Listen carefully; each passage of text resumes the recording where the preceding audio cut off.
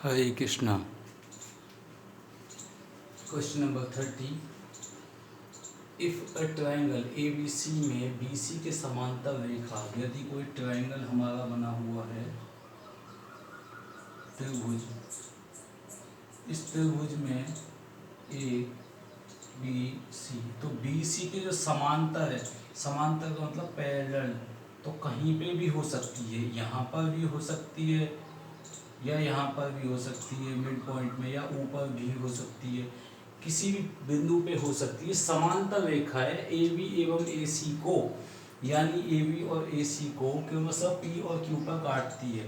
तो मान लीजिए कोई भी एक रेखा है जो पी एवं क्यू पर काटती है, समांतर है, इसके पैरेलल है।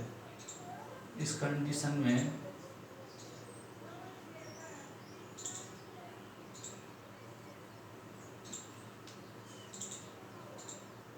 यदि A B ratio A P, यानी कि ए बी बटे ए पी, तो यहाँ से यहाँ तक कितना हुआ हमारा ए बी 5। अगर यहाँ से यहाँ तक 5 है तो ए पी कितना दिया हुआ है 3, ए पी की वैल्यू 3 है, तो ये हमारा टोटल 3। तो अगर ये 5 है ये 3 है तो ये कितना बचा 2। तो देखिए जब भी समांतर रेखा में ये कटेगी तो जितना ये काटेगी इतना ही ये कटेगा, जितना ये साइड कटेगी उतनी ही ये साइड कटेगी, यानी कि इसका रेशियो अनुपात ए पी बटे पी क्यू बराबर होगा ए क्यू बटे क्यू सी के, यानी कि ए पी बटे पी क्यू बराबर हो जाएगा ए क्यू बटे क्यू सी के। ठीक, दूसरी बात ए पी बटे ए बी भी ऐसे ही, इधर की जो भी भुजाएं लेंगे उधर की जो भी भुजाएं लेंगे बिल्कुल समान हो जाएंगी। तो इधर से मैंने अगर ए पी बटे पी क्यू ले लूँ या ए बी ले लूँ कोई दिक्कत नहीं पड़ता, ए बी इधर से भी वही साइड लेनी पड़ेगी, बस इतना याद रखना है ए क्यू बटे ए सी, यानी कि अगर मैंने इधर पूरी भुजा ली है तो इधर भी पूरी भुजा ए सी तक आएगी, ये भी बराबर हो जाएगी। अब मैं ए पी बटे में पी बी इसको भी बराबर कर दूंगा ए क्यू बटे क्यू सी के, ये भी भुजा बराबर हो जाएगी।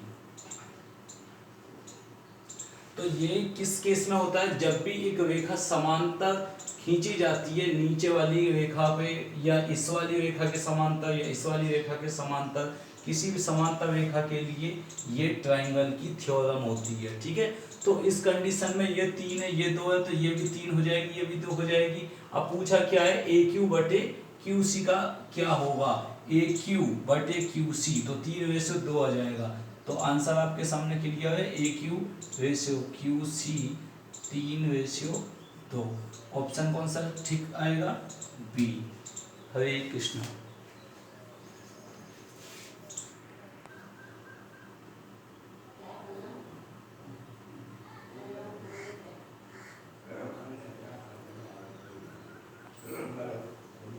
हरे कृष्णा। Question number 31। नीचे एक घन के 4 हिस्से दर्शाए गए हैं, यदि उसके शीर्ष पर संख्या 6 है तो तल की संख्या बताइए। यानी कि पूछ रहा है 6 का अपोजिट संख्या क्या होगा। अब यहाँ से आप देख सकते हैं किन्हीं भी दो फिगर को, ये एक डाइस होती है जिसको पासा बोलते हैं और पासा का गेम खेलते हैं। तो पासा का गेम खेलते वक्त हम ध्यान रखते हैं कि एक तो होती है हमारी कंप्लीट पासा जिसे बोलते हैं पूर्ण पासा, तो उसमें क्या होता है एक के अपोजिट 6 हमेशा आएगा, 2 के अपोजिट हमेशा 5 आएगा, 3 के अपोजिट हमेशा 4 आएगा। तो इनका सबका टोटल कितना हो जाता है, इनका टोटल 7 आता है हमेशा। तो ये एक अलग प्रकार का पासा होता है इनके अपोजिट, यानी कि इनके विपरीत दिशाओं में,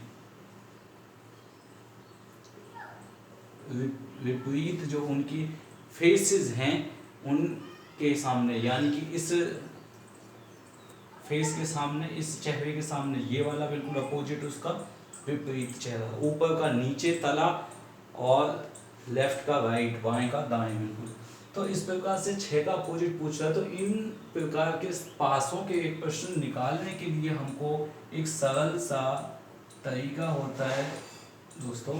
तो इस तरीके में हम क्या करते हैं,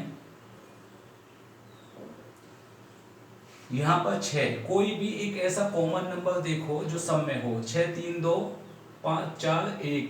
अच्छा, एक चीज और ध्यान रखिए, इसको क्लॉकवाइज बोलते हैं और इस चीज को एंटी क्लॉकवाइज बोलते हैं। जब भी हम देखेंगे नंबर तो क्लॉकवाइज देखेंगे, ठीक। 3 5 1, तो 3 यहाँ पर भी है और 3 यहाँ पर भी है, ये काम बन जाएगा, ये दोनों फिगर हमारी बात बन जाएगी। इसके अलावा 1 यहाँ भी है, 1 यहाँ भी है, काम बन जाएगा। 5 यहाँ भी है, 5 यहाँ भी है, बात बन जाएगी। तो यहाँ से साफ साफ पता चल रहा है कि 5 और 1, 5 और 1, ठीक। 5 के बाद 4 1 है, 5 के बाद 1 3 है। तो इस कंडीशन में हमको 5 और 1 गिवन है और उसके अलावा 4 है। 6 4 5, 6 3 2, तो हम यहाँ से लिखते हैं पहली केस में 6 3 2, इस केस में 6 को सेंटर माना, इसमें भी 6 को, 6 के बाद 4 5, इसमें भी 6 के बाद 4 5। अब वाइज ये देखिए, ये चीज इसके अपोजिट हो जाएगी और ये इसके अपोजिट हो जाएगी, ठीक है। ये इसके विपरीत चिन्ह हो जाएंगे तल की संख्या में। अब यहाँ पे देखिए 3 4 का अपोजिट है, 2 5 का अपोजिट है, तो 1 के लिए कौन सी संख्या बची, 6। तो 1 के अपोजिट क्या हो जाएगा, 6। उत्तर हमारा 6, यानी कि 3 हमेशा 4 का ही होगा इस वाले पासों में, 2 5 का होगा, 5 3 का नहीं हो सकता, 4 2 का नहीं हो सकता, ये इस बात को। अच्छा, मैंने 2 पासे लिए, इसी प्रकार से आप कोई भी 2 पासे ले सकते हो, जैसे 5 1 और 5 1 यहाँ पर है, तो 5 1 फिर 3, ठीक। यहाँ से मैंने अगर 5 4 1 लेता हूँ 5, लेकिन इसमें एक इसके साथ कॉमन है, 5 1 4 है, ठीक है।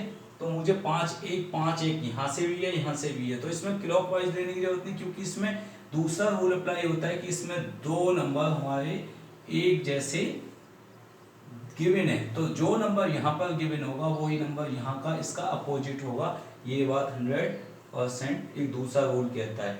ये दोनों 5 5 5 1 5 1 एक दूसरे के अपोजिट नहीं होंगे और ये इसके अपोजिट होगा। अच्छा, और अगर किसी दूसरे को कंपेयर करना चाहें, यहाँ से 5 1 3 है, 5 6 4 है, तो यहाँ से भी लिख सकते हैं 5 1 3, 5 6 4, 5 6 4। तो देखिए यहाँ से भी 3 4 के अपोजिट है और 1 6 के अपोजिट है। समझ में आ रहा है यही चीज यहाँ से।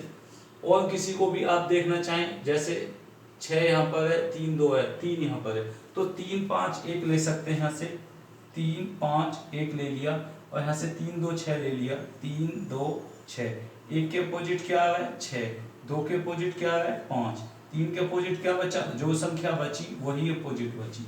तो इस प्रकार से हमारा आंसर 1 आ रहा है, 1 6 के अपोजिट। हरे कृष्ण। हरे कृष्णा। क्वेश्चन नंबर 32, निर्देश निम्नलिखित शब्दों को शब्दकोश में दिए गए क्रम के अनुसार लिखें। तो जो क्रम अनुसार लिखना है हमको शब्दकोश के, जैसे शब्दकोश में दिया होता है, डिक्शनरी में जैसे लिखा होता है, तो डिक्शनरी में क्या पहले होता है, डिक्शनरी ABCDEFG से लेके Z तक सारे अक्षर लिखे होते हैं। तो सबसे पहले उसमें A आता है, फिर A के बाद B आता है, फिर C आता है, फिर D आता है। ऐसे ही अगर इसमें D आ रहा है तो चारों में हम चेक करेंगे कि D सब में है। D के बाद I सबसे छोटा, I सब में है, फिर R, इसमें भी R सब में है, यानी कि अभी तक सब चीज समान चल रही है। फिर E सब में आ रहा है, इसके बाद C सब में आ रहा है, यहाँ तक आप देखेंगे डायरेक्ट तक T सब में आ रहा है। अब इसके बाद चेंज होगा O I I। अब देखिए I पहले आता है या O पहले आता है, यानी कि I पहले आता है, ये छोटा है तो शब्दकोश के अनुसार इस शब्द को पहले लेंगे। तो I किस किस में, इन दोनों में O है और इन दोनों में I है, तो 3 और 4 में से कोई एक छोटा है। तो यहीं पे पता चल जाएगा 3 और 4, ये 3 ऑप्शन आ रहे हैं हमारे पास शुरू होने के लिए, कौन सा इनमें से छोटा है। तो 3 और 4 में से भी हम देखते हैं I के बाद क्या आ रहा है V, और 4 में I के बाद क्या आ रहा है O। अब बताओ V छोटा है या O छोटा है, तो इस कंडीशन में V बड़ा है और O छोटा है, तो I के बाद V हम नहीं लेंगे, I के बाद O ले लेंगे। ठीक, तो पहले नंबर शुरू होगा 4 से और ये आंसर 1 ही है 4 से।